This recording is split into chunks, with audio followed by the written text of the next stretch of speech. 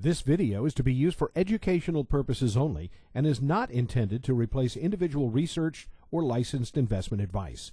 Unique experiences and past performance does not guarantee future results. Trading stocks, options, and spot currencies involves substantial risk, and there's always the potential for loss. Your trading results may vary. No representations are being made that any software or training will guarantee profits or not result in losses from trading. This is the JDfn Market Wrap. This is the Market Wrap. It's Friday. I'm Jack Lott here on the James Dix Financial Network. Labor Department reported the U.S. unemployment rate jumped to a 14-year high of 6.5% in October as nearly 250,000 jobs were lost. U.S. non-farm payrolls fell by 240,000 in October following a revised decline of 284,000 in September, which was the largest job loss in 7 years. President-elect Barack Obama held a meeting with his new economic transition team to begin addressing the nation's economic troubles well before his inauguration. Obama met with the economic advisors, including Warren Buffett, former Fed Vice Chairman Roger Ferguson, former Treasury Secretary Robert Rubin, former Securities and Exchange Commission William Donaldson, among others.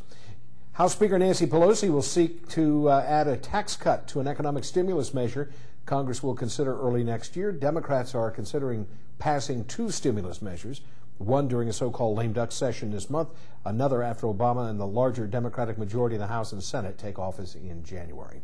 There's a number of government contracts announced by the Pentagon today. Northrop Grumman receiving a $6.5 million contract from the Navy for advanced planning for efforts to prepare for the defueling and inactivation of the USS Enterprise and its reactor plants.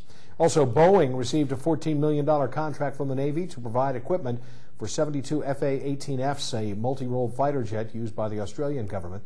And finally, Boeing's McDonnell Douglas Corp unit received a $6.5 million order from the Navy for additional work on the airframe and landing gear of the T-45.